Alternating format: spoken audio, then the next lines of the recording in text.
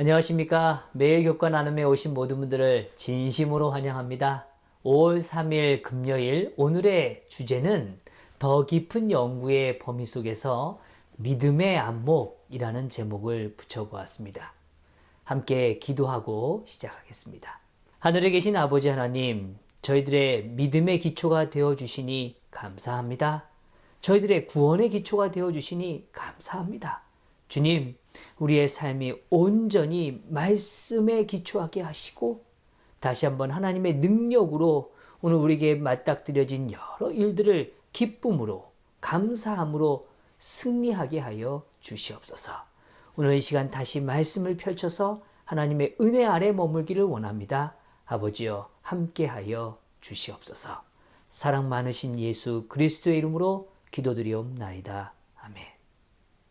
한 주 동안 역경을 이기는 믿음이라는 주제를 갖고 믿음의 기초와 구원의 기초에 관하여 살펴보았습니다. 종교개혁자들은 그들의 마음에 무엇보다 다른 것이 아닌 성경으로 채워져 있었죠. 그것으로부터 그들은 존재의 활력을 얻었던 사람들입니다.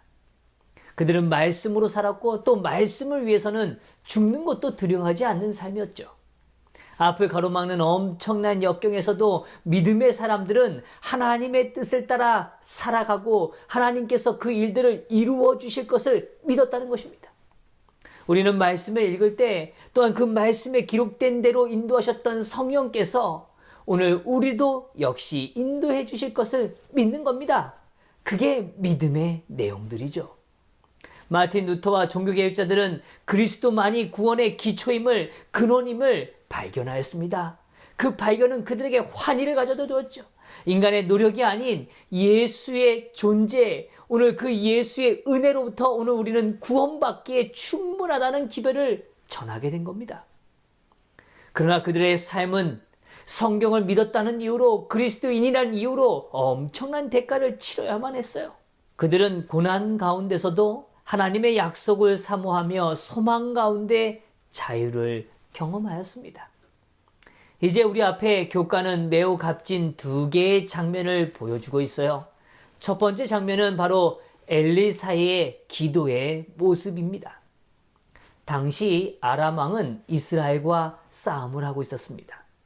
아람 왕은 신복들과 의논하고 진을 치려 할 때마다 하나님의 사람은 이스라엘 왕에게 그 길을 미리 알려주고 이 싸움을 철저히 준비하도록 인도해 준 것이죠. 이러한 일이 한 번이 아니고 여러 번 반복되자 아람 왕의 마음은 불안했습니다. 혹시 이 중에 나의 뜻을 누설하는 어떤 이가 있는 건 아닐까 말이죠. 신복주 한 사람이 이러한 일이 벌어지는 이유에 대하여 이렇게 밝혀주죠. 이스라엘 선지자 엘리사가 있기 때문입니다. 라고 알려주는 겁니다. 그러자 왕은 말과 병거를 보냅니다. 밤에 가서 그 성읍을 에워싸게 한 거죠. 엘리사가 머물고 있는 그 성읍을 완전히 에워싼 것입니다. 그래서 성경은 이 장면에 대하여 다음과 같이 서술해 주고 있어요.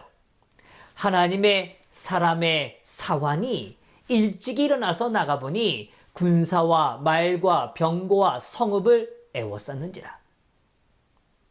그의 사환이 엘리사에게 말하되 내 주여 우리가 어찌하리이까 하니 대답하되 두려워하지 말라. 우리와 함께한 자가 그들과 함께한 자보다 많으니라 하고 기도하여 이르되 여호와여 원하건대 그의 눈을 열어서 보게 하옵소서 하니 여호와께서 그 청년의 눈을 여심해 그가 보니 불말과 불병거가 산에 가득하여 엘리사를 둘렀더라.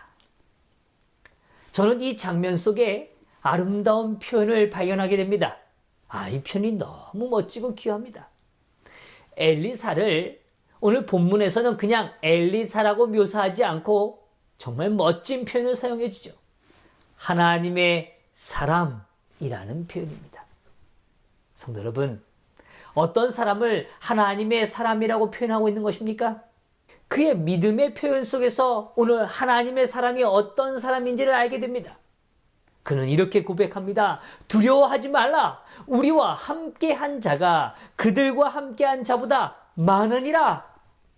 우리는 어떠한 역경 속에 있다 할지라도 우리를 대적하는 어떠한 무리보다, 어떠한 세력보다 더 크고 더 강한 힘이, 그러한 존재가 우리와 함께 하고 계심을 믿는 것이죠. 믿음의 안목이란 바로 우리의 역경보다 더 크신 하나님을 보는 것입니다. 그분은 그렇게 우리와 언제나 역경 가운데서도 함께 하시는 존재인 것이죠. 엘렌 화이트는 다음과 같이 묘사해주고 있습니다. 하나님의 신실한 종들은 홀로 수고하지 않았다. 정사와 권세와 하늘에 있는 악의 영들이 연합하여 그들을 대항하였으나 하나님께서는 당신의 백성을 버려두지 않으셨다. 만일 그들의 눈이 열릴 수 있었더라면 그들은 옛날에 한 선지자처럼 하나님의 임재하심과 그분의 도우심의 분명한 증거를 보았을 것이다. 엘리사의 종이 그의 주인에게 그들을 애워싸고 있는 적군들과 도망할 모든 기회가 끊어진 것을 지적했을 때 그 선지자는 여호와여 원컨대 저의 눈을 열어서 보게 하옵소서라고 기도하였다. 그때 그 산은 불말과 불병거로 가득 차 있었고 하늘의 군사가 하나님의 사람을 둘러진 채 있는 것을 보게 되었다. 이와 같이 하나님의 천사들은 개혁사업에 종사하는 역군들을 지키셨다. 하나님을 따르며 하나님께 충성되이 살아가는 자들의 삶을 주님은 결코 어떻게 하신다고요? 홀로 두지 않으신다는 겁니다. 그렇게 하나님은 지켜주신다는 것입니다. 오늘 이 금요일 소지에서는 두 번째 장면을 또한 묘사해주고 있어요. 루터가 개혁의 깃발을 높이 들 때 원수들이 온 힘을 합해서 이 개혁파의 신앙을 뒤집어 엎으려고 하고 있었습니다. 그때 그들의 무수한 칼이 칼집에서 뽑히려고 하는 그때에 루터는 다음과 같은 고백을 해주고 있는 것입니다. 사탄은 분노하고 있다. 경건치 않은 사제들은 공모하고 있으며 전쟁의 위협을 당하고 있다. 그러나 믿음과 기도로서 담대히 하나님의 보좌 앞으로 나아가라고 사람들을 권할 것이다. 그리하면 원수들은 하나님의 성령으로 말미암아 정복되어 잠잠하게 될 것이다. 우리에게 가장 필요하고 급한 것은 기도이다.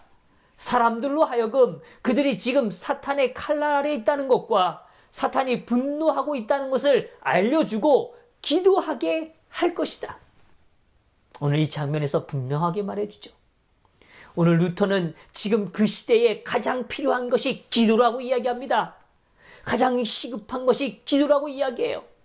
그것은 다른 게 아닙니다. 지금 우리가 어떤 상황에 놓여 있는지를 깨닫고 오늘 우리는 담대하게 하나님의 보좌 앞으로 나아가야 된다는 것이죠.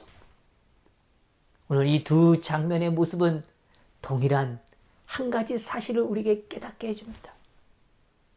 우리에겐 믿음의 안목이 필요하다는 거예요.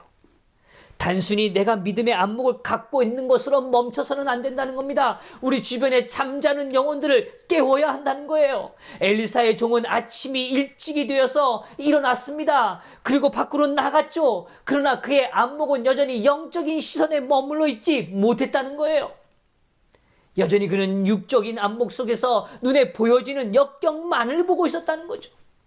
그러나 오늘 하나님께 그의 눈이 깨어지고 오늘 영적인 안목이 그의 삶에 채워지기를 오늘 엘리사는 하나님의 사람은 간구했다는 것입니다. 기도하기를 원하는 것입니다. 우리는 두 가지를 위하여 함께 기도해야 합니다. 첫째는 하나님께서는 당신의 백성을 결코 버려두지 않으신다는 것을 알려주기 위하여 기도해야 합니다.